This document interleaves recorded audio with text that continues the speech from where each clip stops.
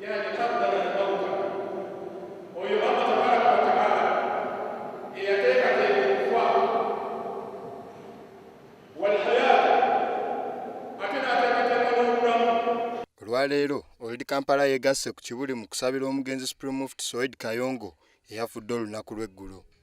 Abasiraamu bonna bakungubagidde omugenzi era ne bamutendereza nga abadde empagi ey'amaanyi mu busiraamu mu Uganda. Omumyuka wa Mufti wa Uganda Sheikh Hatwib yakulembedde Juma oluvannyuma lwa Sheikh Mubajji obutabaawo.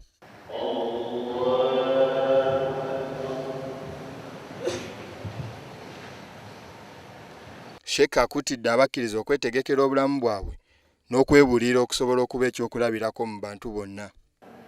nga bwe tuwulira kakati kigezo gye tuli Allah atwagala mutulongoose emirimu gyaffe mu kiseera nga tulina obulamu ate yateekawo n'okufa nga tumanyi nti kwa buli muntu era kujja kututuukako naye waliwo abasobola okugenda oluvannyuma abalala ne baddako n'abalala ne baddako okutuusa ensi yonna bw'eriggwaawo.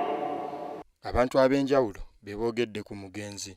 Sheikh asomesezza bamasheekha bangi abasukka 300 mu ggwanga buno ate nga ne basomesezza nabo basomesezza abantu.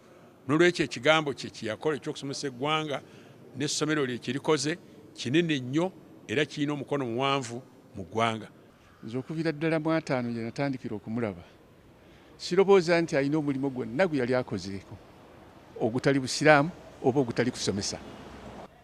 Y'omu abaagenda e Makka agreement Makka yagituleetera. Nze ayogera naawe kopi yaayo ngiyina.